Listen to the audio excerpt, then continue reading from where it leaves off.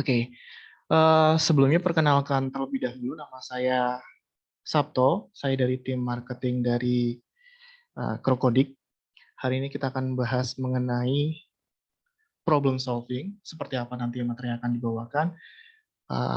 Dapat kita simak dari Mas Adityo. Beliau adalah Head of Analyst di Krokodik. Sebelum kita mulai langsung masuk ke materi, saya ingin sedikit bisa menjelaskan, memperkenalkan Krokodik kepada rekan-rekan semuanya ya.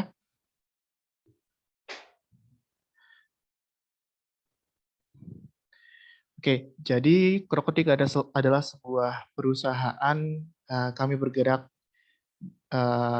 untuk menyediakan sebuah solusi kepada teman-teman perusahaan dalam bentuk utamanya adalah 3 poin, yaitu aplikasi, mobile apps ya, lalu ada IoT, Internet of Things, dan website.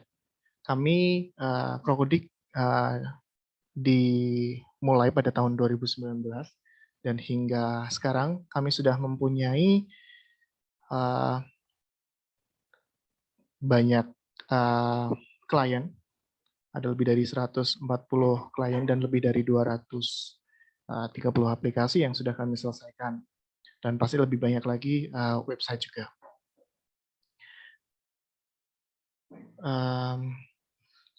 Selain menyelesaikan atau mengerjakan aplikasi dari perusahaan lain, kami juga mempunyai aplikasi-aplikasi yang menjadi portofolio, yaitu anak perusahaan kami, ada Reprime, Kuris, Salor, dan Eventi. Selain itu juga kami punya Groupbuster, Ta'aruf Online Indonesia, dan EasyFit. Jadi misi kami adalah membuat sebuah teknologi yang tidak hanya dipakai sehari-hari, tapi bisa membantu sebuah bisnis untuk semakin berkembang, atau yang biasa kami sebut sebagai growth eksponensial. Jadi perkembangan atau growth pertumbuhan yang semakin tajam ke atas seperti itu ya. Dan untuk tema webinar kita hari ini terkait dengan problem solving dan sedikit insight dari kami, bagaimana sih sebuah teknologi, terutama mobile apps, bisa menyelesaikan permasalahan-permasalahan. Jadi kita hari ini akan belajar, kita hari ini akan sama-sama membahas terkait dengan identifikasi masalah, dan bagaimana prioritisasi ya masalah yang harus kita dahulukan, selesaikan terlebih dahulu, lalu bagaimana sih saya dan pengalaman kami sebuah teknologi itu ikut andil untuk menyelesaikan permasalahan tersebut. Pemateri kita hari ini adalah Adityo Agung Nugroho, berpengalaman lebih dari 6 tahun di bidang analis, dan sekarang sebagai Head of Analyst di Krokodik. Beliau juga merupakan founder Reprime. Bisa rekan-rekan bisa temukan, teman-teman bisa temukan, bisa connect ke LinkedIn beliau, langsung tinggal search saja Adityo Nugroho, langsung keluar. Oke, sedikit untuk webinar kita hari ini. Silakan teman-teman tarik kursi, tarik sofa, mendekat, ikuti webinar kita hari ini dengan senyaman mungkin, sambil ngemil popcorn juga boleh. Dan untuk kenyamanan bersama, mohon mikrofon untuk dikondisikan dalam keadaan off, soalnya nanti dipersilakan untuk bertanya oleh host. Dan untuk pertanyaan silakan diketik di kolom chat terlebih dahulu, atau apabila ada keluhan tentang saya kurang terdengar atau videonya tidak lancar, silakan diketikkan di kolom chat. Atau misalkan nanti Mas Adit present dan agak kecil gitu ya, kurang gede, silakan diinterupsi. Dan selanjutnya untuk sertifikat dan recording akan kami bagikan via email setelah mengisi feedback form. Jadi pastikan teman-teman untuk mengisi pertama nama dan email sesuai nama dan email teman-teman sekalian agar bisa kami kirimkan. Oke, untuk selanjutnya kami mau mengucapkan special thanks nih ke Eventi. Eventi ini salah satu anak perusahaan dari Krokodik yang bergerak di bidang menyediakan event hybrid ya. Jadi bisa offline, seminar atau acara pertunjukan atau bahkan ini ya apa namanya kelas-kelas, dan bisa juga secara online seperti ini. Jadi bisa hybrid. Oke, kalau begitu langsung saja saya serahkan kepada Mas Adit. Silakan Mas Adit. Iya. Terima kasih Mas Sabto sebelumnya. Saya coba persiapkan dulu untuk materinya.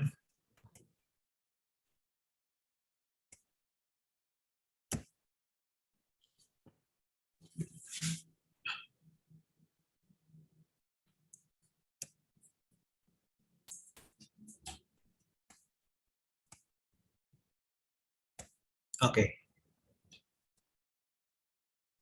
Oh, udah kelihatan? Mas Sabto? Oke. Ya, selamat malam semuanya. Terima kasih sudah dapat mengikuti acara webinar pada malam hari ini.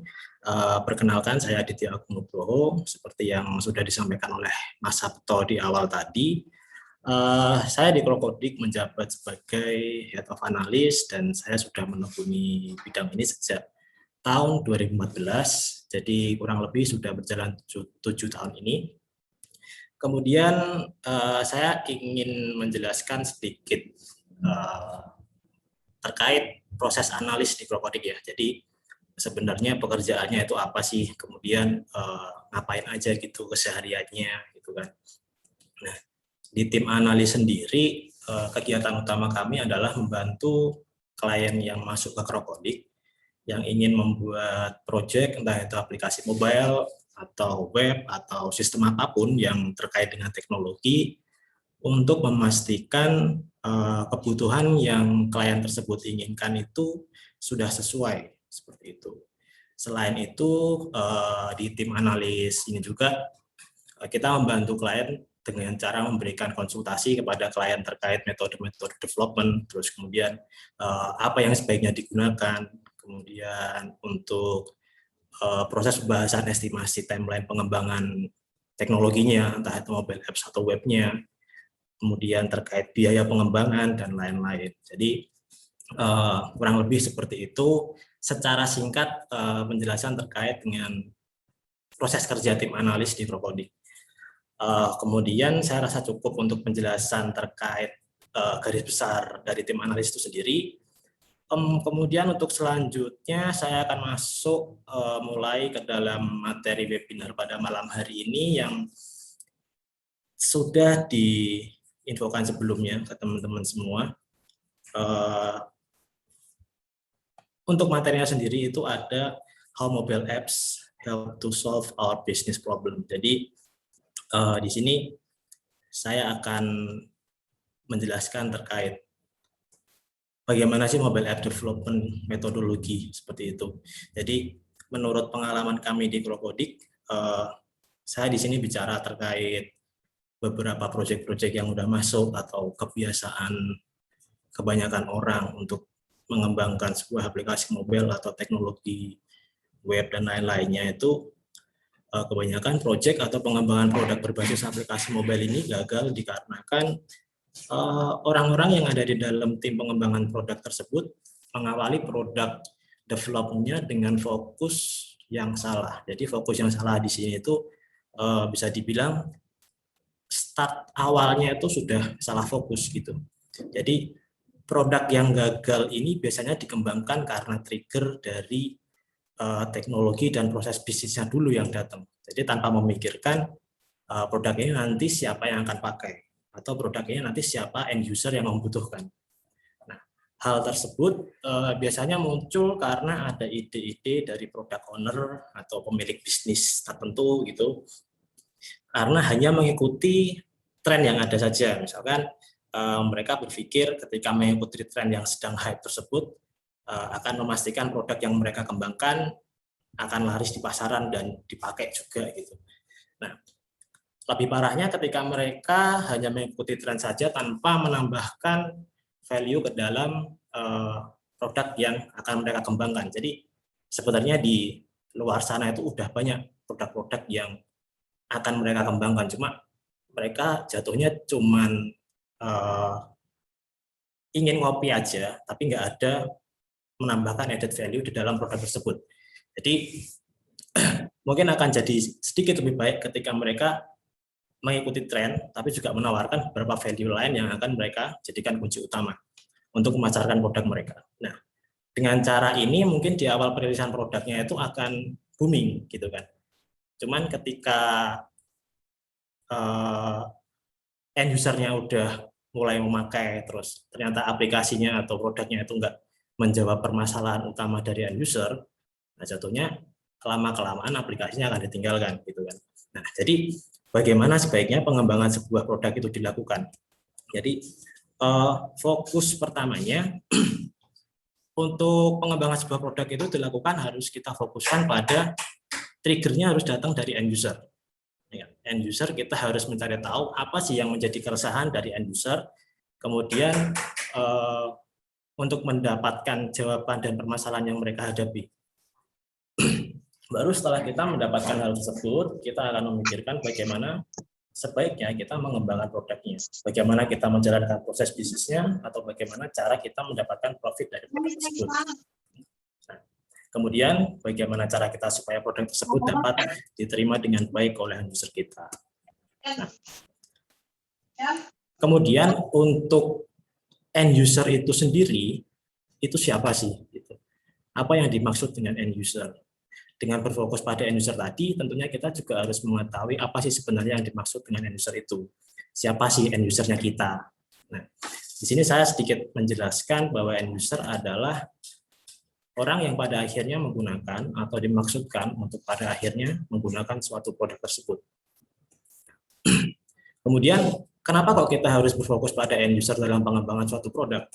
Nah, pertama, end user akan mengarahkan tim pengembang untuk mengembangkan fitur yang seharusnya ada pada produk yang kita kembangkan.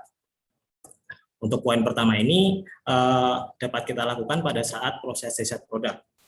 Jadi jauh sebelum kita berbicara tentang teknologi apa yang sebaiknya akan kita pakai dalam produk kita, atau bahkan model pemasaran seperti apa yang akan kita pakai supaya produk kita dapat menjangkau end user. Nah, melakukan riset awal ini merupakan suatu hal yang wajib yang harus kita lakukan. Jadi kita bisa menggunakan banyak metode untuk mendapatkan insight-insight dari user. Nah, bisa dengan melakukan wawancara langsung dengan end user, kita cari end user targetnya kita tuh siapa. Nanti kemudian kita lakukan tanya jawab, wawancara dan lain sebagainya. Terus kemudian kita menyebarkan sebuah kuesioner mungkin yang di dalamnya ada pertanyaan-pertanyaan kunci terkait produk yang akan kita kembangkan. Nah, intinya kita harus menggali sebanyak mungkin informasi yang dapat kita peroleh untuk pengembangan produk yang akan kita lakukan. Nah, yang poin kedua ini, end user yang akan menentukan apakah produk yang kita kembangkan adalah produk yang dapat digunakan secara baik di lapangan.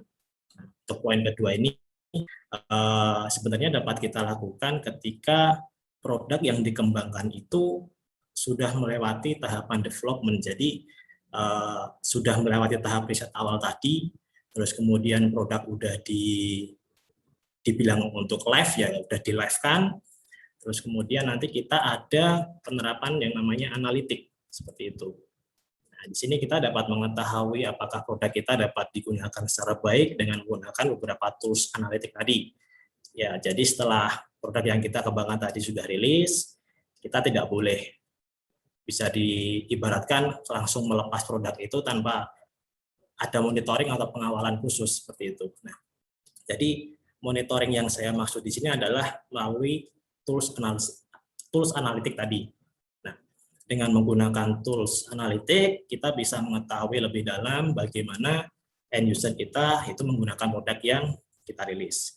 Nah, saya di sini ingin menampilkan contoh aja nih, contoh salah satu image analitik yang biasa kami kembangkan di Propodik. Jadi setelah aplikasi nanti kita rilis seperti itu kan, ketika kita injek analitik, kita pasti akan mengetahui semua aktivitas yang ada di dalam aplikasi tersebut. Jadi bisa dibilang kita bisa mengetahui aktivitasnya, terus kemudian demografiknya, terus kemudian ada location-nya, siapa aja yang pakai usernya, seperti itu. Terus platform apa yang paling banyak. Jadi di sini kita nanti bisa set, oh ternyata yang pakai paling banyak itu dari iOS atau dari Android, seperti itu. Untuk area lokasi juga sama. Ini juga nanti kita bisa kita kerucutkan lagi, misalkan kita tarik ke Indonesia, tapi Indonesia bagian yang mana, seperti itu. Nah, jadi nanti setelah aplikasi rilis kita bisa memfokuskan ke area mana yang harus kita perbaiki. Terus kemudian untuk contoh lainnya, nah ini ada juga yang namanya user retention. Jadi ini menginformasikan bahwa bagaimana sih performa aplikasi kita setelah rilis. Minggu pertama, minggu kedua, minggu ketiga. Apakah user pada saat minggu pertama itu tetap bertahan sampai minggu-minggu selanjutnya atau malah bahkan semakin berkurang gitu. Nah, jadi nanti setiap analitik ini nanti akan membantu kita untuk improve aplikasi yang sedang kita kembangkan atau yang sedang kita jalankan untuk bisnis kita, seperti itu. Kemudian kita kembali ke next materi. Nah, bagaimana mengembangkan produk yang sesuai dengan kebutuhan end user. Nah, di sini pertama, tim pengembang harus mencari tahu permasalahan inti apa yang sebenarnya sedang dihadapi oleh end user. Kedua, produk dapat dikatakan berhasil ketika produk tersebut dapat menyelesaikan permasalahan inti dari end user. Jadi kita mengembangkan sebuah produk itu nggak asal mengikuti tren atau hype yang ada di luar saja gitu. Jadi kita harus tahu permasalahan apa sih yang sedang dihadapi dengan end user kita. Nah, selanjutnya apa sih definisi dari masalah itu?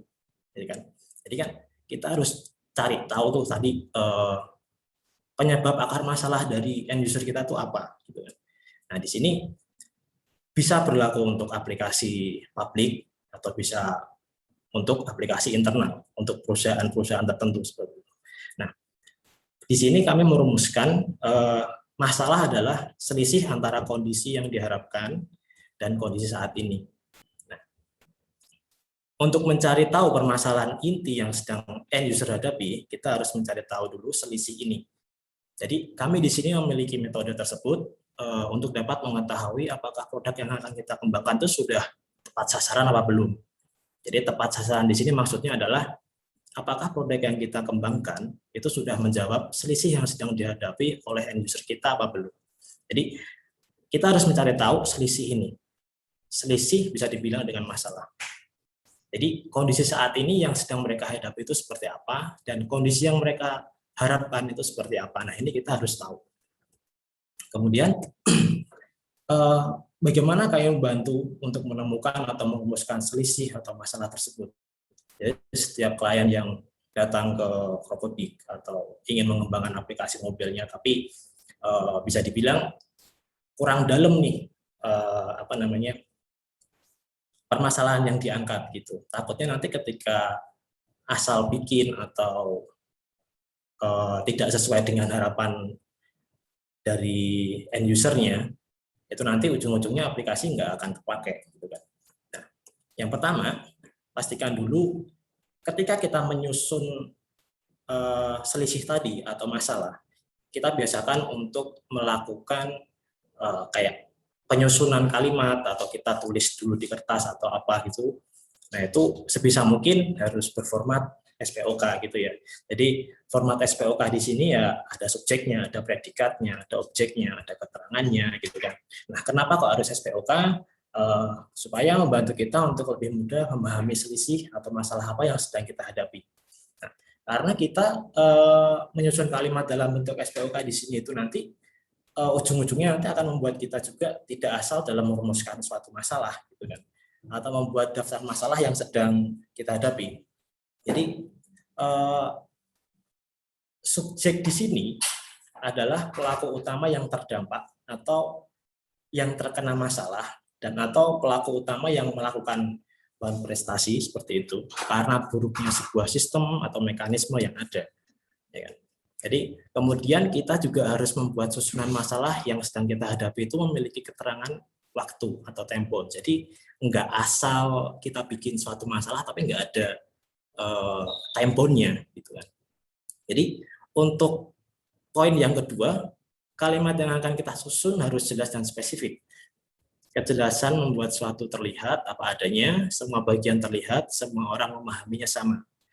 Jadi ketika merumuskan selisih atau masalah tersebut, jangan sampai ketika orang lain membaca daftar masalah yang sedang kita buat tadi, orang tersebut tidak mengerti atau malah bisa dibilang salah tangkap dengan apa yang sedang kita susun, seperti itu.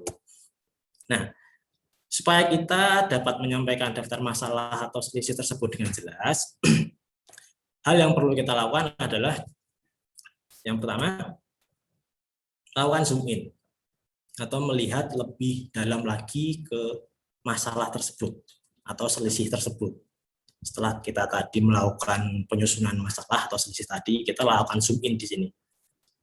Pastinya untuk setiap masing-masing potongan masalah tadi, kita harus melakukan zoom in. Zoom in di sini maksudnya adalah kita tuh harus menguraikan masalah atau selisih tersebut menjadi sebuah potongan-potongan terkecil atau lebih detail lagi. Nah, yang dipotong-potong itu berupa apa? Nah, di sini biasanya kita memotong-motongnya itu mulai dari proses, ya kan? Proses di sini biasanya dari masalah atau selisih tersebut, atau bisa dibilang tahapan atau kronologi yang ada di dalam masalah itu. Contohnya kayak misalkan terkait pelaporan atau terkait pendaftaran, pembelian, proses pelacakan, dan lain-lain seperti itu.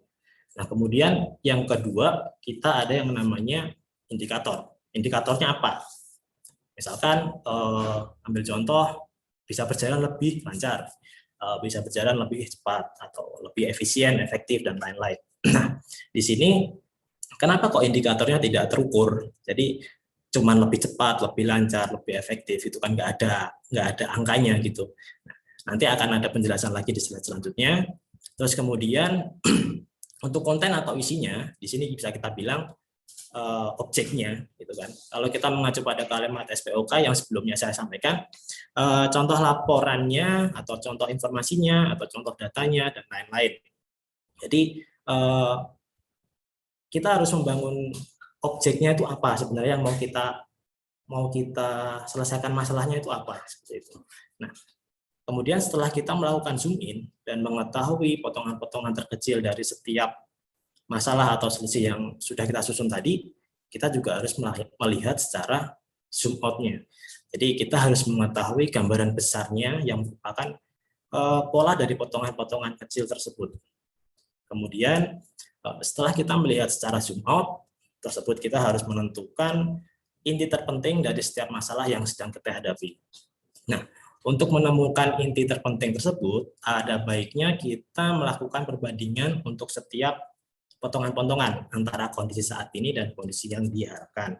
Jadi kan tadi setelah kita menyusun kondisi saat ini ya seperti ini, dari kondisi saat ini yang diharapkan seperti ini, itu nanti kan kita melakukan perbandingan antar selisih. Sebenarnya setelah kita menyusun setiap selisih yang ada itu tadi, setelah kita bandingkan ternyata mungkin hasilnya nanti akan sama, atau ternyata masalah ini tuh munculnya karena penyebab yang sama dengan masalah yang satunya, seperti itu kan. Nah, di sini pentingnya untuk kita menemukan inti terpenting tersebut. Jadi fokus kita nanti akan terlihat pada bagian mana perbaikan itu akan terjadi dampak yang diakibatkan ketika kita melakukan perbaikan tersebut. Kita akan perbaiki salah satu selisih atau salah satu masalah, cuma dampaknya itu nanti akan bisa merembet ke semua masalah yang ada. Nah, jadi poin pentingnya di sini dalam kita merumuskan selisih atau masalah, itu kita harus menyusun yang pertama tadi kondisi saat ini. Jadi ketika kita mengungkapkan akar rasa sakit atau pain point-nya, sekuat apa dampak yang dihasilkan jika selisih kondisi terpenuhi. Kemudian setelah kita merumuskan kondisi saat ininya, kita juga harus merumuskan kondisi yang diharapkan. Jadi kondisi saat ini itu harus nyambung dengan kondisi yang diharapkan. Jadi jangan sampai ketika kita menyusun kondisi saat ini itu tidak nyambung dengan kondisi yang diharapkan, seperti itu. Terus kemudian untuk kondisi saat ini dan kondisi yang diharapkan itu juga harus terukur, gitu kan. Terukur di sini tadi menjawab pembahasan kita sebelumnya terkait indikator dari setiap potongan terkecil tadi. Jadi memang alangkah lebih baiknya ketika kita itu menyusun indikator-indikator harus ada keterukurannya. Jadi enggak cuma kalimat lebih cepat atau lebih efisien atau lebih efektif seperti itu. Jadi kita usahakan kita harus tahu dulu kalau memang kita mau lebih cepat itu lebih cepatnya berapa. Nah, atau yang awalnya berapa menit menjadi berapa menit misalkan, atau cuma berapa detik aja gitu misalkan. Nah, karena pada akhirnya dengan mengetahui keterukuran tadi, ini nantinya akan lebih memudahkan kita untuk apakah treatment yang sudah kita lakukan itu berhasil atau tidak. Nah, kemudian poin selanjutnya ada lead indikator. Nah, lead indikator di sini itu akan membantu kita untuk mencari indikator penyebab terjadinya suatu akibat atau target yang kita tetapkan. Jadi, caranya kita harus mencari tahu tahapan-tahapan terkecil tadi dari suatu tujuan atau target yang sudah kita tetapkan sebelumnya. Misalkan kita menerapkan kondisi yang kita harapkan di poin tentang peningkatan penjualan sebesar 50% misalkan di salah satu perusahaan gitu kan di tahun 2021. Nah, di sini alangkah lebih baiknya jika kita mencari lead indikator apa yang dapat membantu untuk mencapai hal tersebut. Jadi pastinya kan untuk kita mencapai peningkatan penjualan sebesar 50% di tahun 2021 itu kan pasti ada beberapa macam-macam langkah di dalamnya gitu kan. Nah, di sini itu nanti yang harus kita temukan apa sih yang bisa menyebabkan peningkatan 50% penjualan di tahun 2021. Nah, ini yang bisa dibilang sebagai lead indikatornya. Nah, ini harus kita bisa temukan seperti itu. Kemudian setelah semua selisih tadi kita susun, terus kemudian kita sudah mengetahui apa aja yang menjadi penyebab masalahnya. Pertanyaan selanjutnya adalah apakah semua selisih kondisi tersebut itu harus dipenuhi atau diselesaikan semuanya? Nah, pada dasarnya di sini kan kita menganut prinsip dari teori Pareto ya. Jadi tidak masalah awalnya kita sampaikan semua selisih terpenting, ya kan? Tapi semua masalah yang kita sampaikan tadi itu kita pilih 20% selisih terpenting dan paling urgent itu yang mana? Yang jika kita eksekusi 20% tersebut, itu mampu menyelesaikan semua 80% selisih lainnya. Jadi, kalau misalkan dari Bapak Ibu semua di sini bisa dibilang, oh kalau tapi misalkan dari awal kita mau langsung ambil semua 100% semua masalah yang harus ada di dalam masalah tadi kita semua selesaikan, ya nggak masalah gitu. Tapi balik lagi, kita harus memiliki resource yang cukup. Jadi menyelesaikan suatu masalah ini kan kita nanti pasti akan butuh resource yang nggak sedikit gitu. Nah, jadi sebisa mungkin kita akan memilih 20% selisih terpenting tersebut untuk mampu menyelesaikan semua 80% yang ada. Nah, untuk pembahasan kita terkait selisih kondisi tadi, kita dapat terapkan sebenarnya dalam kehidupan sehari-hari atau secara spesifik kita lakukan dalam manajemen bisnis kita hal tersebut akan sangat membantu dan akan menciptakan inovasi-inovasi yang baru untuk kemajuan bisnis kita. Jadi di sini kita tidak bicara inovasi yang asal, ya kan, nggak mengikuti tren aja yang ada di luar sana terus kemudian kita ikut-ikutan bikin gitu. Tapi di sini kita bicara terkait inovasi yang memang akan bisa membawa kita ke tahap selanjutnya atau next levelnya seperti itu. Nah, kemudian pembahasan selanjutnya di sini saya akan menyampaikan terkait bagaimana cara kita mengidentifikasi akar masalah atau root cause dengan menggunakan metode 5W. Nah, 5W atau 5 mengapa ini adalah teknik tanya jawab sederhana untuk menyelidiki hubungan sebab akibat yang menjadi akar dari suatu permasalahan. Nah, teknik ini dikembangkan oleh Sakichi Toyoda yang kemudian dipakai di dalam perusahaan Toyota Motor Corporation. Nah, metode ini dapat kita gunakan untuk mencari tahu sebenarnya masalah yang sedang kita hadapi itu disebabkan oleh apa. Jadi akan membantu kita untuk menemukan obat apa sih yang atau treatment apa sih yang terbaik yang sebaiknya kita gunakan. Jangan sampai kita memberikan treatment yang salah atau kurang tepat pada suatu masalah yang muncul. Nah, karena memang pada dasarnya tidak semua masalah yang muncul di dalam bisnis kita atau kehidupan sehari-hari kita itu dapat diselesaikan dengan teknologi, gitu kan. Nah, di sini ini saya coba berikan contoh. Jadi penggunaan metode 5W pada kasus salah satu. Ini saya ngambil salah satu kasus dari klien saya. Jadi dia adalah salah satu perusahaan rental mobil corporation gitu. Nah, jadi contohnya,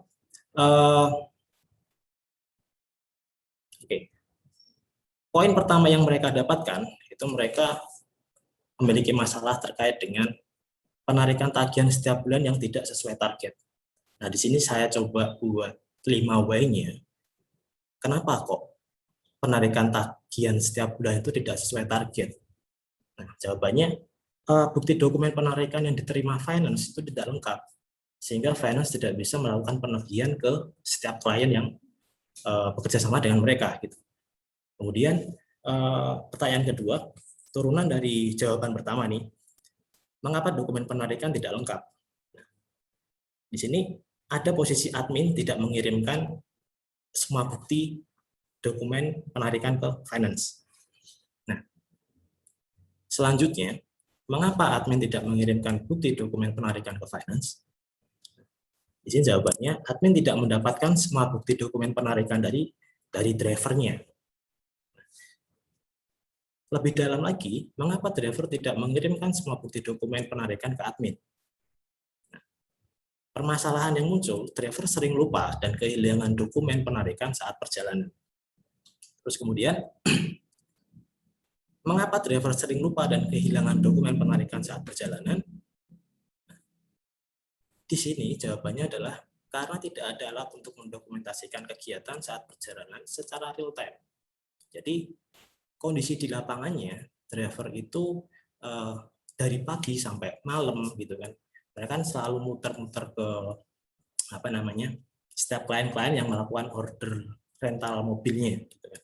Jadi dengan klien-klien yang berbeda, dengan traffic yang berbeda, tujuannya berbeda seperti itu, pastinya kan driver ini juga mengeluarkan cost pribadinya itu berbeda-beda juga. Hal ini yang mengakibatkan driver-driver tersebut itu kadang lupa, kadang kehilangan berkas notanya seperti itu. Karena memang awalnya dulu driver-driver ini itu nggak ada alat untuk melakukan dokumentasi, jadi setiap terima nota ya disimpan, tapi ketika mau dikumpulkan untuk diserahkan ke admin, ya kan, itu kadang lupa naruhnya di mana atau malah hilang gitu kan pas di jalan seperti itu. Jadi pertanyaan-pertanyaan tersebut dapat kita tanyakan kepada orang-orang yang memang menjadi kunci utama yang ada di dalam masalah tersebut. Nah, contoh key person yang ada di dalam masalah tersebut tadi ya bisa dibilang kayak bagian finance-nya, ini ada adminnya, ada drivernya gitu kan. Jadi kita cari tahu penyebab dari setiap turunan masalah yang muncul, kita fokus menyelesaikan masalah yang dapat kita kendalikan, jangan fokus pada masalah yang tidak dapat kita kendalikan. Jadi mungkin pada saat kita mencari root cause atau akar masalah tersebut, kita menemui jalan buntu, tidak tahu harus berbuat apa, gitu kan. Oleh karena itu kita juga harus mengetahui pengkategorian masalah yang sedang kita hadapi. Nah, untuk pengkategorian masalah ini, saya ada teori dari Cynefin Framework oleh David Snowden.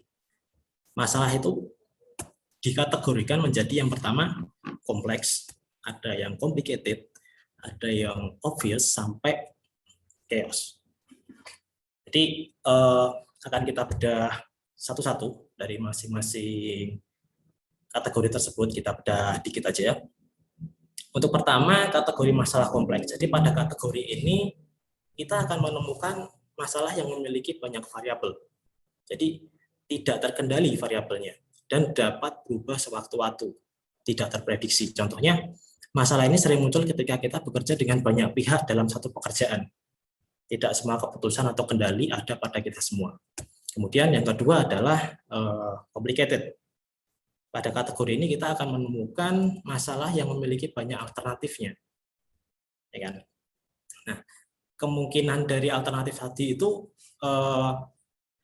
masih berada dalam lingkungan yang terkendali. Masih mungkin kita kendalikan seperti itu. Tapi kita tidak tahu harus dari mana kita melakukan perbaikan atau mana dulu nih yang harus kita selesaikan penyebabnya. Terus kemudian yang ketiga adalah kategori masalah obvious. Pada kategori masalah yang muncul sebenarnya sudah ada solusi pastinya. Jadi berlaku sama untuk saat ini dan masa depan. Nah, masalah ini itu biasanya sering muncul karena ada human error atau kesalahan teknis yang disebabkan oleh ketidaksesuaian SOP yang dijalankan. Nah, terus kemudian ada kategori keempat tadi adalah chaos. Jadi pada kategori masalah ini kita sebenarnya tidak bisa berbuat banyak karena kita harus bertindak cepat, harus dapat keputusan strategis dengan cepat, kemudian tidak bisa kita lakukan analisa masalah yang memakan waktu lama, kemudian menunggu untuk mencari solusi dan lain sebagainya. Karena pada dasarnya di kategori masalah ini kita tidak mengetahui hubungan antara sebab dan akibatnya gitu dari masalah yang muncul. Jadi tujuan utama kita adalah bagaimana kita memberikan instruksi dan menjaga stabilitas yang ada. Nah, dari keempat kategori masalah yang dirumuskan oleh David Snowden ini, sebenarnya dapat membantu kita untuk mengetahui masalah apa yang sedang kita hadapi dan bagaimana tindakan yang sebaiknya kita lakukan untuk menghadapi permasalahan tersebut.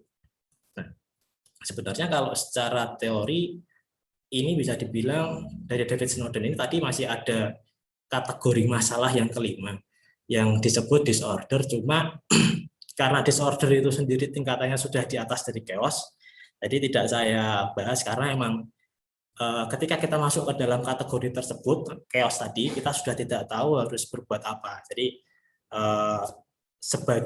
kami sebagai mobile app developer yang memiliki fokus problem solving oriented untuk setiap klien atau project yang masuk, juga memiliki treatment tersendiri untuk dapat membantu klien-klien kami dalam mencapai apa yang mereka harapkan. Gitu. Jadi ketika kita handling permasalahan yang udah chaos itu, kemungkinan besar memang kecil kemungkinan untuk berhasilnya. Nah, untuk treatmentnya sendiri, metode pengembangan produk yang sesuai itu ketika kita menghadapi masing-masing masalah itu seperti apa. Jadi menurut kami untuk setiap kategori masalah yang muncul, kami memiliki treatment-treatment tersendiri atau metode yang berbeda-beda dalam mengembangkan sebuah aplikasi mobile atau teknologi secara luasnya. Nah, untuk kategori kompleks sendiri, ini kita akan lebih efektif ketika kita menggunakan metode Scrum untuk mengembangkan teknologi problem solving-nya. Karena dengan kategori masalah yang kita hadapi itu, kita sebenarnya tidak tahu dengan pasti mana yang terbaik yang dapat menyelesaikan masalah tersebut. Nah, kita tidak tahu sebelum kita melakukan eksperimen. Jadi untuk metode Scrum ini paling bagus untuk menghadapi permasalahan yang kompleks tadi. Nah, kemudian untuk complicated, nah akan lebih efektif ketika kita menggunakan metode Kanban, karena pada dasarnya kita sudah mengetahui penyebab-penyebabnya dari masalah yang muncul. Tinggal kita urutkan sesuai dengan prioritas atau yang terbaik untuk dapat menyelesaikan permasalahan yang ada. Nah, kemudian untuk kategori obvious ini akan lebih efektif ketika kita menggunakan metode waterfall, karena memang sebenarnya pada masalah ini kan kita sudah ada SOP-nya atau sudah ada aturan yang jelas yang harus diikuti, jadi tinggal kita selesaikan dengan aturan yang ada aja, nggak perlu ribet-ribet kita harus pakai apa, seperti itu. Nah, tapi untuk kategori chaos sendiri, kita sebagai pihak di luar dari perusahaan-perusahaan dari klien sebenarnya tidak bisa mengambil peran banyak di sini, karena memang kategori chaos ini kan dibutuhkan tindakan yang cepat untuk mengambil keputusan. Jadi sebagai perusahaan teknologi juga dapat disimpulkan bahwa kami dapat membantu perusahaan klien-klien kami dengan menggunakan teknologi yang kami kembangkan ketika memang perusahaan tersebut tidak datang dengan permasalahan yang chaos atau bahkan disorder tadi, seperti itu. Nah, kemudian sebenarnya apa sih fungsi dari teknologi mobile apps yang kami kembangkan bagi perusahaan klien kami?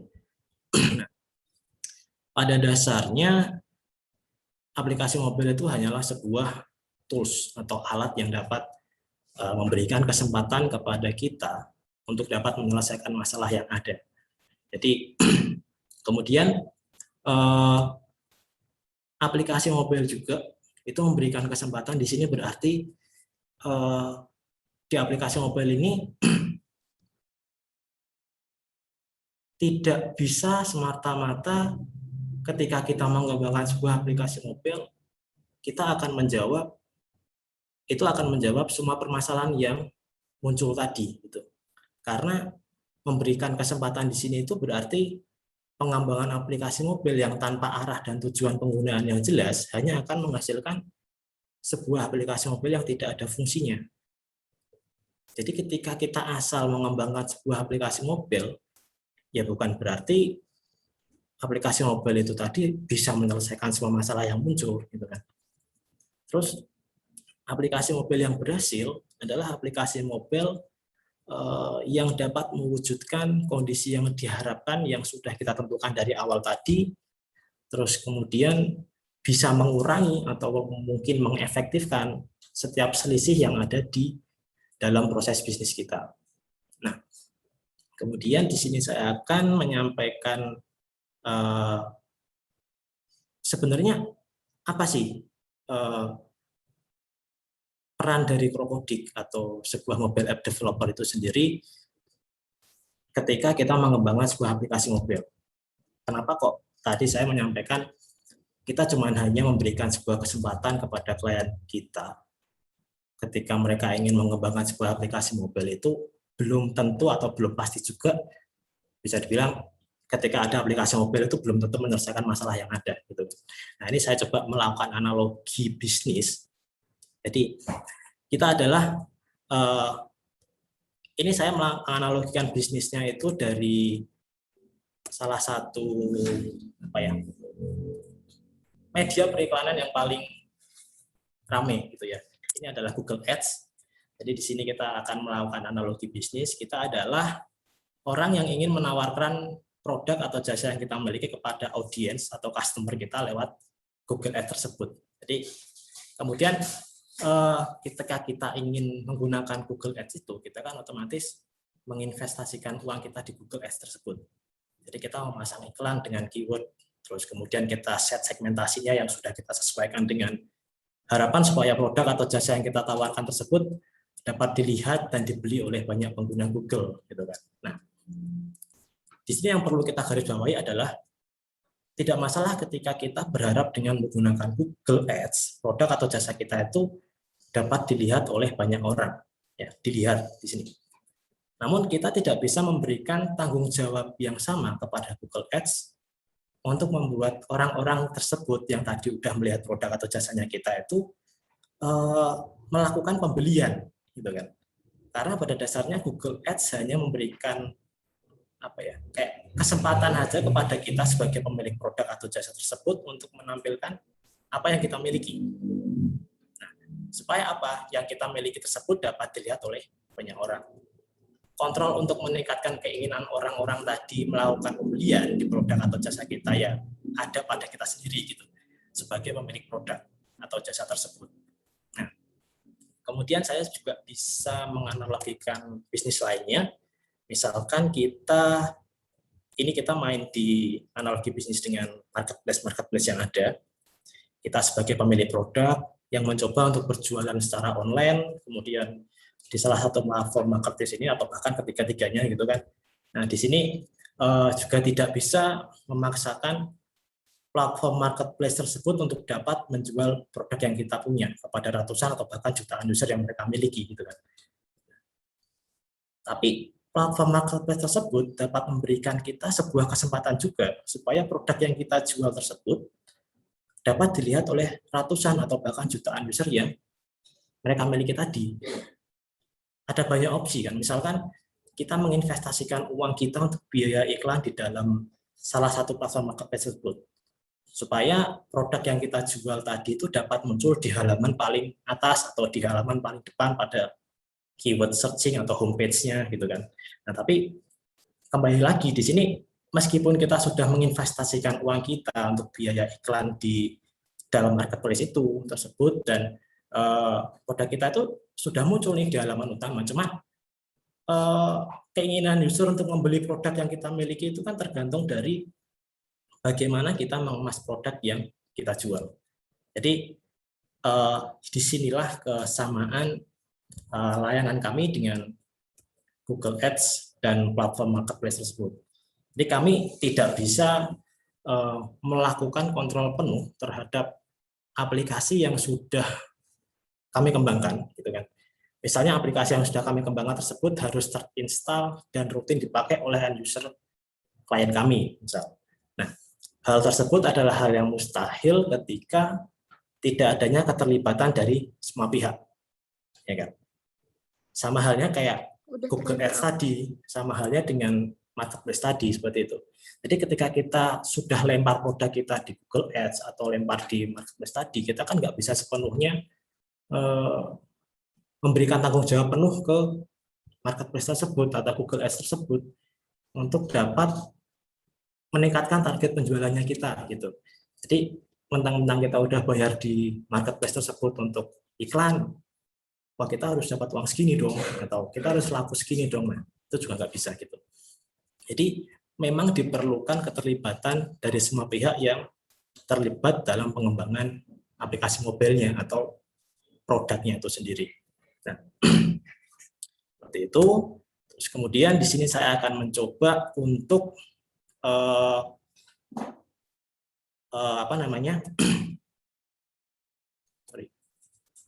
menampilkan study case ya. Jadi study case di sini saya ingin memberikan contoh. Udah kelihatan ya? Ini saya coba memberikan contoh. Jadi ini salah satu,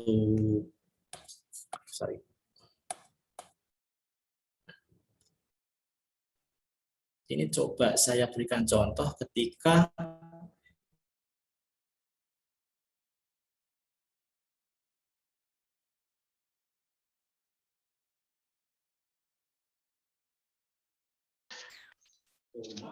Halo, Mas Adit, videonya berhenti ya? Halo? Oh, sudah, Mas. Sudah? Sudah. Oke, bisa diulang sedikit dari yang tadi, Mas? Oke. Jadi di sini saya ingin menyampaikan bahwa ini adalah salah satu metode kami dari tim-tim analis itu untuk membantu klien dalam merumuskan permasalahan inti mereka. Jadi ini saya sambil salah satu contoh. Ini merupakan klien kami mereka bergerak di bidang industri produsen pakan ternak gitu kan. Terus kemudian mereka ingin mengembangkan sebuah aplikasi mobile di mana usernya itu adalah customer, local admin, dan super adminnya. Nah, dalam penyusunan kondisi saat ini di sini, kondisi yang sedang mereka hadapi saat ini, customer itu kesulitan dalam mengetahui dan memilih produk secara mandiri. Kemudian mereka berharap customer-nya itu nggak kesulitan lagi dalam mengetahui dan memilih produk secara mandiri. Nah, di sini penyusunan kalimat dari kondisi saat ini dan kondisi yang diharapkan itu harus SPOK. Jadi SPOK-nya siapa? Subjeknya adalah customer, terus kemudian objeknya siapa? Itu adalah produknya itu sendiri, itu kan. Terus kemudian juga kita harus melakukan pembedahan atau zoom in-nya tadi ke dalam jelas dan spesifiknya. Jelas dan spesifik di sini kita potong kecil-kecil gitu kan. Mulai dari kondisi saat ini di mana sales datang tuh ke customer, sales menginfokan daftar produk ke customer gitu kan. Customer kemudian mengetahui produk yang diinformasikan oleh sales gitu. Yang mereka harapkan itu customer nggak perlu melewati tahap 1, 2, 3 tadi sebelumnya. Mereka tinggal melihat katalog produk lewat aplikasinya aja, itu udah kelar gitu, nggak perlu ada sales yang datang ke customer lagi. Nah, kemudian keterukurannya di mana? Nah, keterukurannya itu kita di sini bicara terkait yang awalnya 3 tahap menjadi 1 tahap. Jadi kita aplikasi mobil ini itu akan berhasil ketika kita mampu ngedeliver kondisi yang diharapkan oleh klien itu menjadi efisiensi yang lebih baik gitu. Jadi yang awalnya 3 tahap menjadi 1 tahap. Jadi di sini sudah ada selisih 2 tahap. Ya. Tapi ada poin lain ketika mereka memang ingin fokus ke customer, tapi juga mereka ingin fokus juga di area adminnya.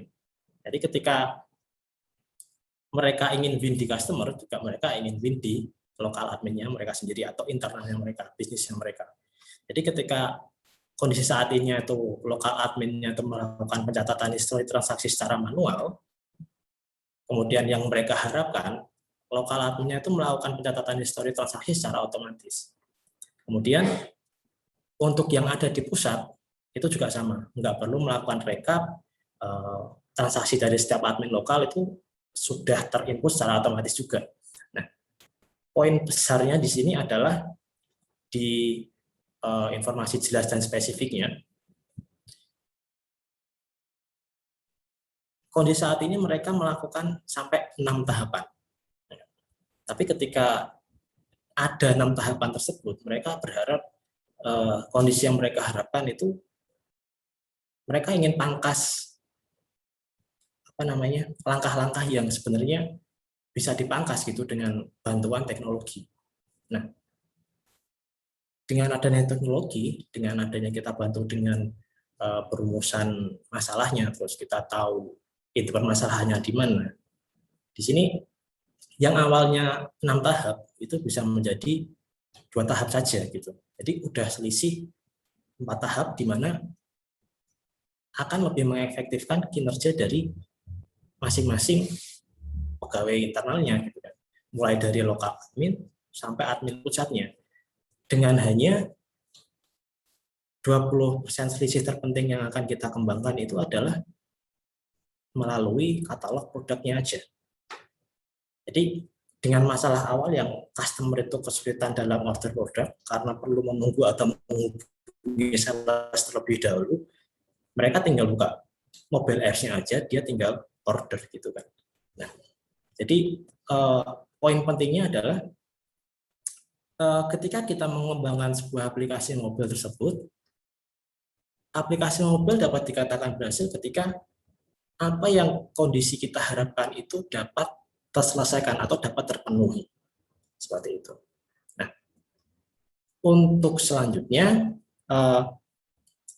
sebenarnya untuk materi-materi yang lain nanti akan disampaikan oleh atau dikirimkan oleh Mas Sabto ya untuk list materi ini tadi. Dan untuk pembahasan pada materi pada malam hari ini, kemungkinan cukup Mas Sabto. Ini bisa next-nya, gitu kan. Sebelumnya terima kasih kepada Bapak Ibu semua yang sudah mengikuti acara webinar pada malam hari ini. Untuk next-nya saya serahkan ke Mas Sabto. Gitu. Oke, Mas Adit, terima kasih banyak atas pemaparan materinya. Sangat berbobot ya. Jadi memang penting sekali untuk kita kenal dulu masalahnya itu apa sih, identifikasi masalah. Baru setelah itu, setelah tahu core masalahnya apa, baru kita susun countermeasure-nya ya, istilahnya gitu. Oke, karena udah lebih dari jam 8 juga, kita masuk sesi Q&A, Mas Adit. Sudah ada beberapa pertanyaan yang masuk. Ada beberapa pertanyaan yang masuk sebenarnya. Langsung aja Mas ya. Ya, Mas Sabto. Oke. Yang pertama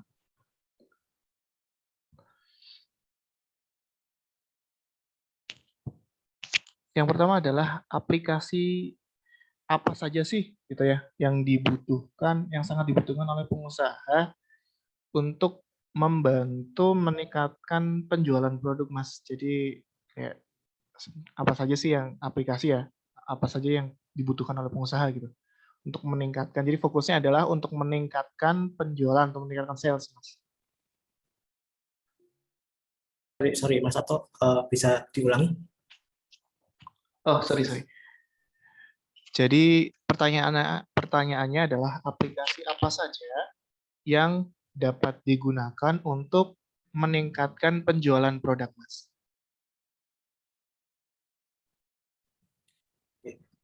Coba saya ulang ya. Ini maksudnya aplikasi apa saja yang dapat dipakai untuk meningkatkan penjualan produk? Iya, Mas. Ya, oke.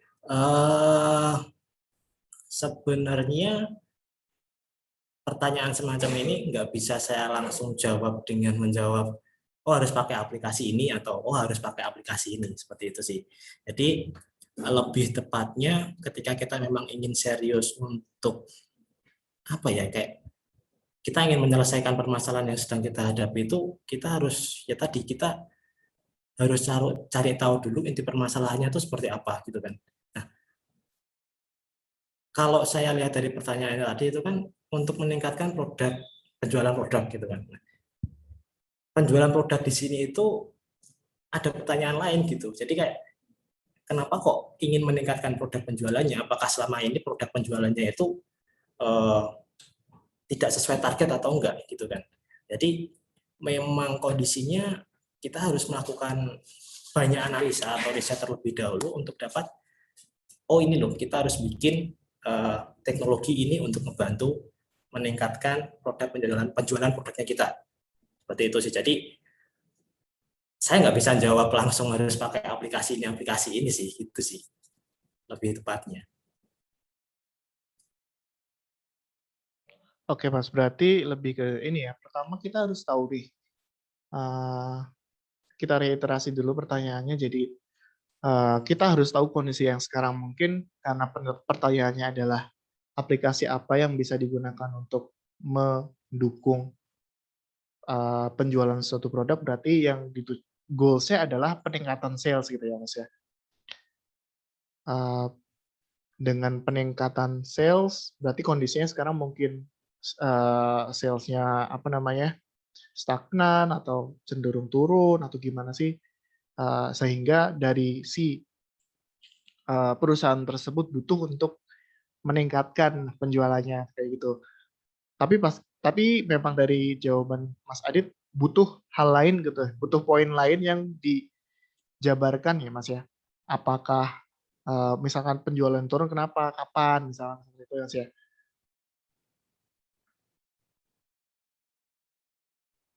Iya, iya seperti itu Mas Sabto. Jadi memang pada dasarnya kan kita harus tahu dulu penyebab kenapa kok nggak sampai penjualannya itu nggak baik gitu loh. Jadi kan memang pada dasarnya kita juga nggak ingin asal ngasih apa ya, nggak bisa asal ngasih, oh harus bikin ini gitu. Jadi kan ketika kita asal ngasih seperti itu kan takutnya nanti dari pihak orang yang mengembangkan aplikasi itu juga udah rugi waktu, rugi biaya gitu kan. Jadi ujung-ujungnya nggak kepake malahan. Seperti itu sih Mas. Iya, dan itu pentingnya juga tadi pakai five whys, kita bisa breakdown Mas ya, sampai ke sebenarnya akar permasalahan yang benar-benar akar itu apa sih. Jangan-jangan setelah kita asumsikan di awal penjualan turun itu karena misalkan karena waktu, mungkin saja ternyata ada faktor lain gitu ya, dari personel atau mungkin dari kualitas produknya dan sebagai dan lain faktor mungkin yang juga berpengaruh terhadap penjualannya gitu Mas ya. Oke, kalau gitu kita lanjut ke pertanyaan yang kedua mungkin Mas ya.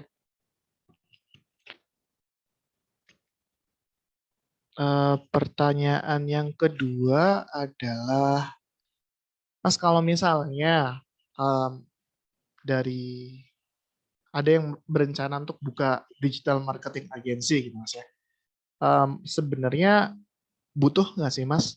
Atau kita apakah harus bikin aplikasi?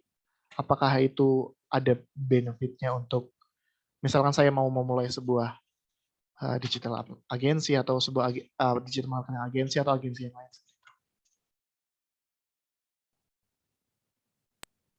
Ketika kita mau bikin sebuah digital agency, apakah apa tadi? Apakah butuh aplikasi gitu Mas? Oke, sebenarnya jawabannya juga nggak beda jauh sih dengan apa namanya apa yang saya sampaikan di materi tadi sih. Jadi memang triggernya apa? Ketika kita ingin, ya katakanlah memang kita ingin mengembangkan bisnis untuk digital agency gitu kan. Nah, di sini pertanyaannya, triggernya apa kok ingin mengembangkan sebuah aplikasi tersebut gitu? Apakah paling nggak gini, kenapa kok ingin mengembangkan sebuah aplikasi, tujuannya itu mau kemana? Apakah ingin untuk melebarkan apa ya, bisa dibilang reach audience-nya atau reach customer-nya lewat aplikasi, atau aplikasi ini tuh tujuannya mau diarahkan kemana gitu. Jadi kalau dari pertanyaannya sih saya bisa bilang belum tahu penting atau nggak pentingnya gitu. Jadi memang harus butuh apa ya, pendalaman analisanya tadi juga. Soalnya kan kalau posisinya seperti itu, apa namanya, pertanyaan tadi yang dari bapaknya atau siapa tadi, mungkin memang sedang mengalami permasalahan yang kita kan belum tahu gitu kan.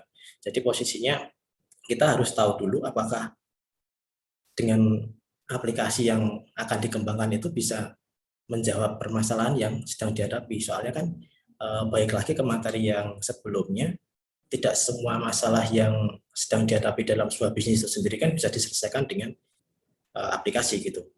Jadi nggak bisa ini sih Mas, nggak bisa apa ya. Kita harus tahu dulu sih, seperti itu sih Mas. Permasalahan intinya itu mau diarahkan kemana gitu. Kenapa kok bikin aplikasi? Gitu. Karena memang pada dasarnya kan kita bikin aplikasi itu juga nggak secepat itu gitu loh, nggak semudah itu juga gitu kan. Itu sih. Oke, berarti balik lagi kita harus tahu core masalahnya itu apa Mas ya. Misalnya tadi digital marketing agensi,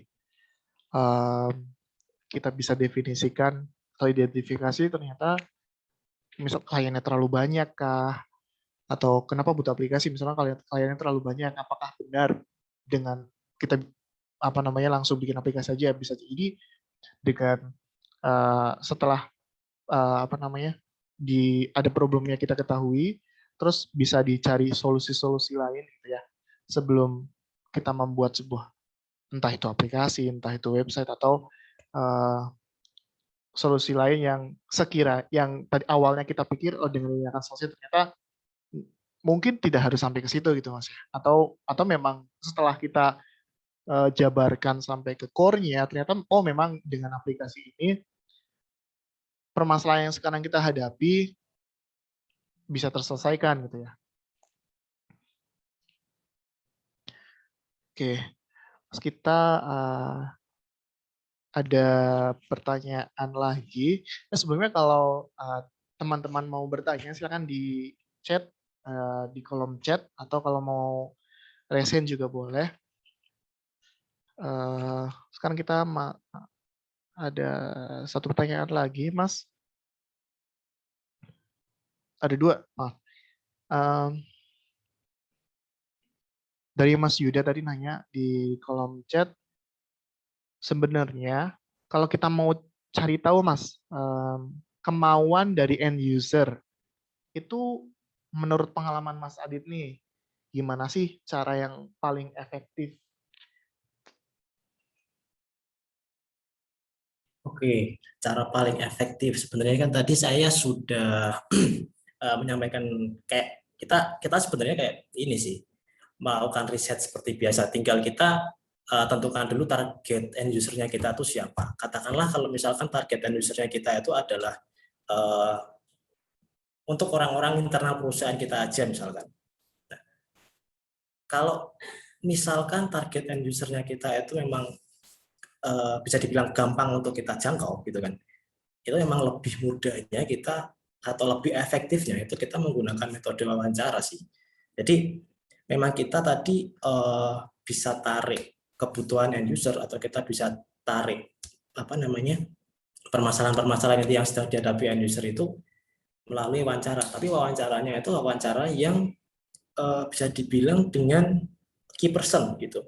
Key person berarti ya bisa kita definisikan sendiri ya nanti, karena untuk apa namanya key person di masing-masing perusahaan itu kan pasti berbeda-beda.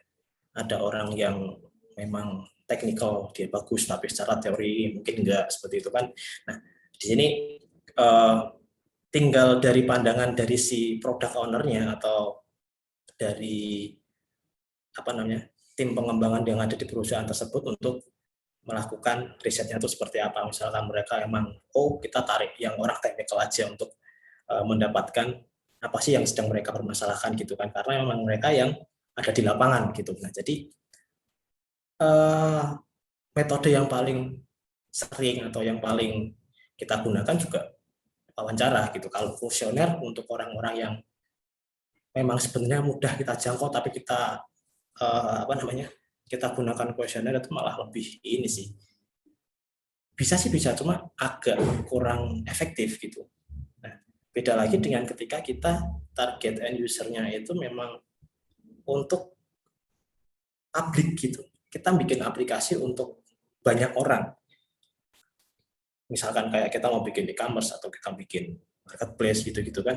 Nah, kalau untuk riset ini sendiri memang kita punya banyak metode sih. Jadi kayak kuesioner bisa kita pakai riset, cari materi di internet atau apa namanya share marketnya itu seperti apa gitu kan. Mungkin kan nggak sih ketika kita itu apa mau mengembangkan sebuah aplikasi yang sebenarnya ada marketnya atau enggak seperti itu. Nah, di sini mungkin kita bisa menggunakan beberapa metode, misalkan bisa questionnaire, bisa wawancara dengan orang-orang random gitu, random sampling itu juga bisa. Terus kemudian juga, tapi tentunya kita harus menentukan segmentasi usernya kita dulu, itu sih. Kita tentukan kalau memang misalkan aplikasi publiknya ini kita mau targetin ke audiensnya itu yang umur sekian sampai sekian gitu, misalkan di area mana gitu tuh kita juga harus tepat sasaran gitu loh. Terus kemudian kita bisa sebar kuesioner secara random juga ke internet misalkan seperti itu. Nah, ya mungkin untuk hasil jawaban dari kuesionernya nggak begitu nggak begitu valid gitu. Cuma ketika kita menyebar random sampling seperti itu kan minimal dapat membantu kita untuk menentukan ini sebaiknya mau kita arahin kemana nih pengembangannya gitu. Mas, ini nggak terbatas di ini, Mas, ya? Nggak cuma dalam pengembangan aplikasi, tapi sebenarnya dalam bisnis gitu, keputusan bisnis juga mungkin bukan mungkin ya, mempertimbangkan kebutuhan user gitu ya. Kita langsung reach out ke end user itu penting Mas ya. Soalnya jangan-jangan kita bikin sesuatu atau bikin decision di bisnis kita, tapi end user nggak terlalu butuh itu gitu. Jangan sampai kita seperti itu kan. Jadi maka effortnya udah habis, effort biaya gitu kan, waktu habis tapi ternyata resultnya tidak diterima atau tidak dipakai sama user gitu ya Mas ya. Itu pentingnya kenapa kita harus reach out ke user. Oke, Mas ada satu pertanyaan lagi Mas. Tadi sempat ada pembahasan terkait dengan 20-80 nih, 20% dan 80%. Di mana permasalahan yang 20, maaf, gimana caranya kita bisa mengetahui nih ketika kita fokus pada yang 20% itu nanti akan bisa menyelesaikan 80% permasalahan sisanya. Gimana cara kita bisa tahu sih kenapa cuma 20% bisa nyelesain yang sisanya gitu? Oke, sebenarnya gini, untuk 20-80 ini sebenarnya kan kita menggunakan teori dari Pareto kan. Jadi ketika kita fokus pada 20% inti permasalahan, kita akan menyelesaikan 80% masalah yang lainnya. Gitu. Nah, teori ini sebenarnya lebih mengarahkan kita untuk fokus kepada apa-apa saja yang dapat kita kendalikan secara penuh. Gitu. Jadi jangan fokusnya kita itu jangan lari ke arah masalah yang sebenarnya nggak bisa kita selesaikan gitu. Jadi lebih ke apa sih yang sebenarnya bisa kita selesaikan dengan 20% ini kan bisa dibilang kita mencari tahu inti permasalahannya, ya kan? Ketika kita sudah mencari tahu inti permasalahannya, otomatis kan karena permasalahan ini itu hanya 20% dari 80% tersebut. Jadi kan kita jatuhnya nanti akan fokus gitu. Ketika kita fokus, terus kemudian cuma 20%-nya doang, effort untuk apa ya, melakukan treatment di dalam permasalahan yang 20% tersebut itu nggak segede itu gitu. Kita nggak mengeluarkan semua resource-nya kita untuk menyelesaikan masalah tersebut. Jadi resource yang kita punya itu juga masih bisa fokus dengan menjalankan apa yang seharusnya menjadi daily rutinnya kita. Jadi kalau kita misalkan berfokus sama dengan 80%-nya atau bahkan kita fokus dengan 100% masalah yang ada, otomatis kan daily routine kita tuh nggak kepegang gitu. Terus kemudian fokus untuk memecahkan masalahnya juga kita apa ya, kayak cabangnya banyak banget gitu loh.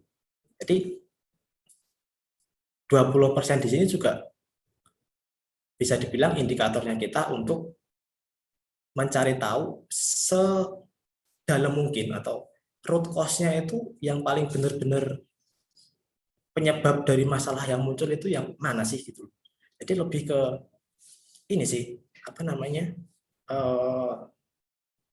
membuat kita untuk tidak menyelesaikan semua masalah itu dalam satu waktu gitu. Jadi kita bisa bilang fokuskan kita ke masalah ini dulu. Ketika kita fokus di masalah ini itu sebenarnya ada keterkaitannya dengan masalah-masalah yang ada di belakangnya. Seperti itu sih. Jadi memang ketika kita fokus dengan apa ya, masalah yang banyak tadi, kita memang ini jatuhnya fokusnya kita untuk menyelesaikan masalah ini jadi nggak fokus gitu, malah jatuhnya ada banyak masalah yang harus kita selesaikan dan akhirnya daily rutinnya kita nggak kepegang gitu, malah akhirnya kan ya masalah yang seharusnya bisa terselesaikan malah nggak ada yang selesai gitu loh. Seperti itu sih sebenarnya kalau penjelasan dari saya. Oke Mas, berarti lebih ke masalah fokus ya Mas ya. Gimana kita nggak jadi bercabang kemana-mana, kita berusaha nyelesain semuanya, tapi ternyata akhirnya nggak ada yang selesai gitu ya. lebih ke bukan berarti 20% nanti secara ajaib gitu kan, sisanya langsung selesai semua, enggak gitu kan. Maksudnya lebih ke fokus mana yang harus diselesaikan terlebih dahulu, mungkin saja 20% itu yang core-nya gitu ya. Yang core-nya yang harus kita pilah-pilah terlebih dahulu, ini selesai, nanti kita move ke masalah selanjutnya, seperti itu ya. Lebih ke seperti itu Mas ya. Iya sih Mas. Mungkin gini sih, bisa saya jelaskan sedikit kalau misalkan tadi kan kita harus menyusun. Ketika kita mau mencari penyebab masalah kan kita harus susun semua tuh selisihnya apa aja gitu kan. Nah, eh, ketika kita menyusun selisihnya apa aja, otomatis itu kan kita punya banyak banget selisih gitu kan. Jadi pengennya kita tuh banyak gitu. Kondisi saat ininya kita tuh ternyata wah ada masalah ini, ada masalah ini, masalah ini, masalah ini gitu kan. Dan dari setiap masalah yang muncul itu kan otomatis kita punya harapan yang bisa dibilang ingin lebih baik dari kondisi yang saat ini ada gitu kan. Nah, eh, pastinya ketika kita punya beberapa masalah tadi, itu kan kita harus mencari tahu ini tuh sebenarnya kita goals besarnya itu mau ngapain sih gitu. Misalkan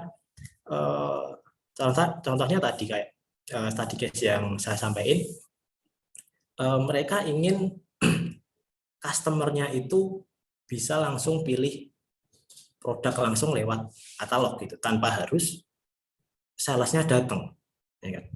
Nah, dengan kita melakukan apa ya treatment di masalah 20% tadi, sebenarnya kan dia punya masalah banyak banget tadi, mulai dari customer yang nggak bisa pilih sendiri, terus kemudian customer nggak bisa melihat produk-produk apa aja yang mereka punya, terus ada lagi di lokal adminnya seperti ini, terus di admin pusatnya seperti ini gitu kan. Nah, dari banyaknya masalah itu, ketika kita menyelesaikan satu aja permasalahan yang mereka punya, itu otomatis eh, masalah yang di belakang-belakang atau lainnya itu bisa bisa terselesaikan atau bisa dibilang memangkas atau memberikan keefektifan dari permasalahan yang sebelumnya mereka punya gitu.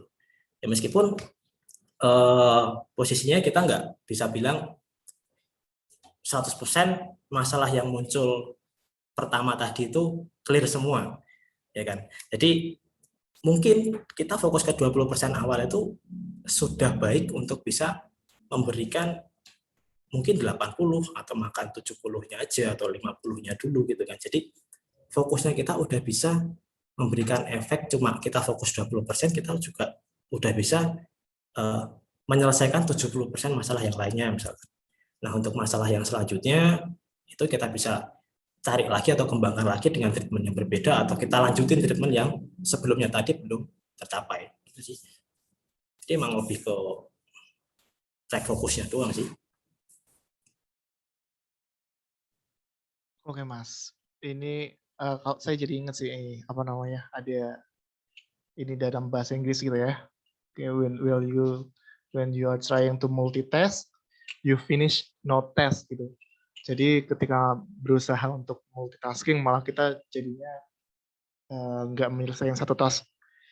Nah ini mungkin mirip gitu ya Mas ya prinsipnya.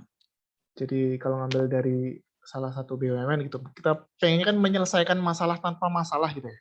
Nah, salah satu caranya adalah fokus di 20% dulu nih, mana yang bisa diselesaikan. Dan setelah kita identifikasi itu yang penting gitu kan, jadi selesai itu dulu, baru kita lanjut yang selanjutnya. Oke, apakah ada yang mau tanya lagi? Atau kalau sudah kayaknya udah deket-deket mau 8:30 juga. Oke, Mas, ini ada satu pertanyaan lagi, Mas, bisa? Oke, nama Mas ya, dari Mas Putra Siregar, ketika sudah wawancara dengan klien, dan ternyata problemnya itu bisa diselesaikan tanpa pembuatan aplikasi gitu ya. Terus pertanyaannya ketika seperti itu, kita bisa kasih solusi dengan hal lain atau tetap dibikinin aplikasi ini Mas? Kaitannya sama apa namanya leading bisnis kita nih. Misalnya kliennya udah ngebet banget gini bikin aplikasi. Gimana sih cara kita untuk ngasih ini ke klien gitu Mas?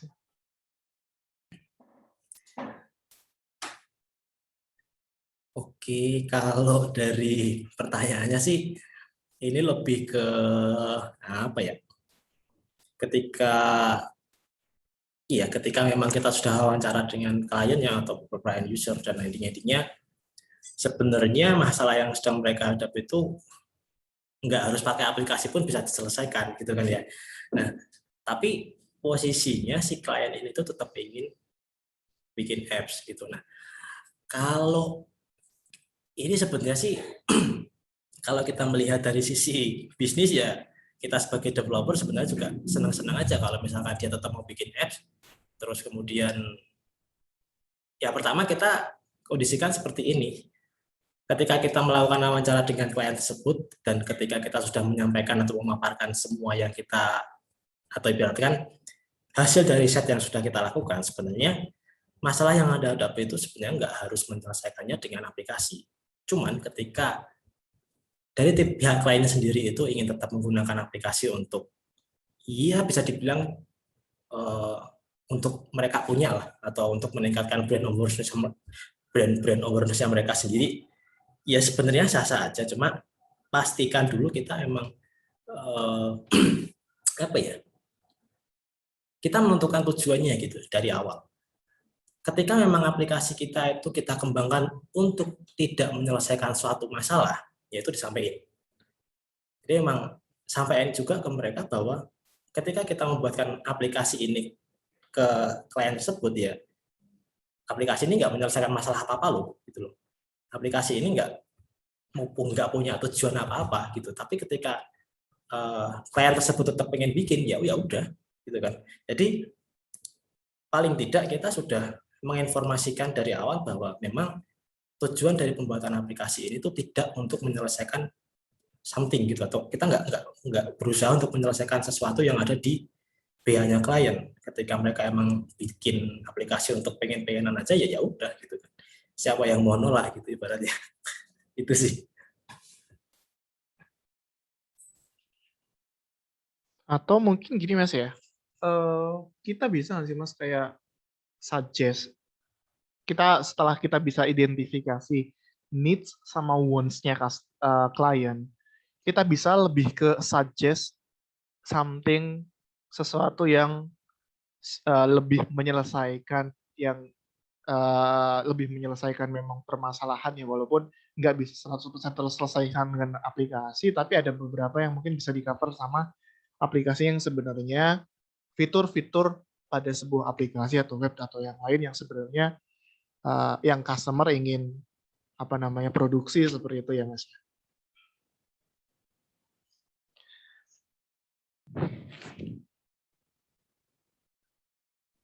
Oke, gitu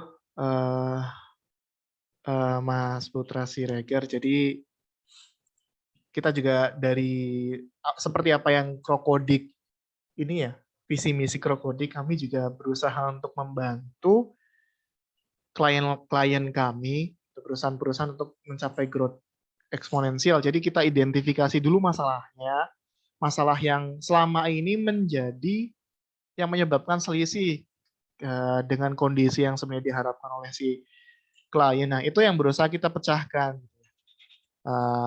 Jadi dari Krokodik tidak hanya klien mau bikin aplikasi, sudah kita bikinkan sesuai dengan permintaan, tapi kita berusaha untuk gali sebenarnya apa sih yang ingin diselesaikan seperti itu. Jadi nanti ketika aplikasinya itu jadi, aplikasi atau teknologi yang lain ya, itu sudah selesai, itu akan benar-benar sesuai dengan kebutuhan yang ingin dipecahkan di awal tadi.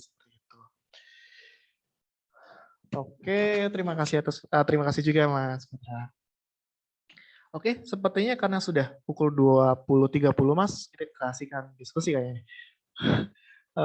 Terima kasih Mas Adit atas penyampaiannya. Untuk selanjutnya selanjutnya Mas Andi mungkin bisa share ininya Mas.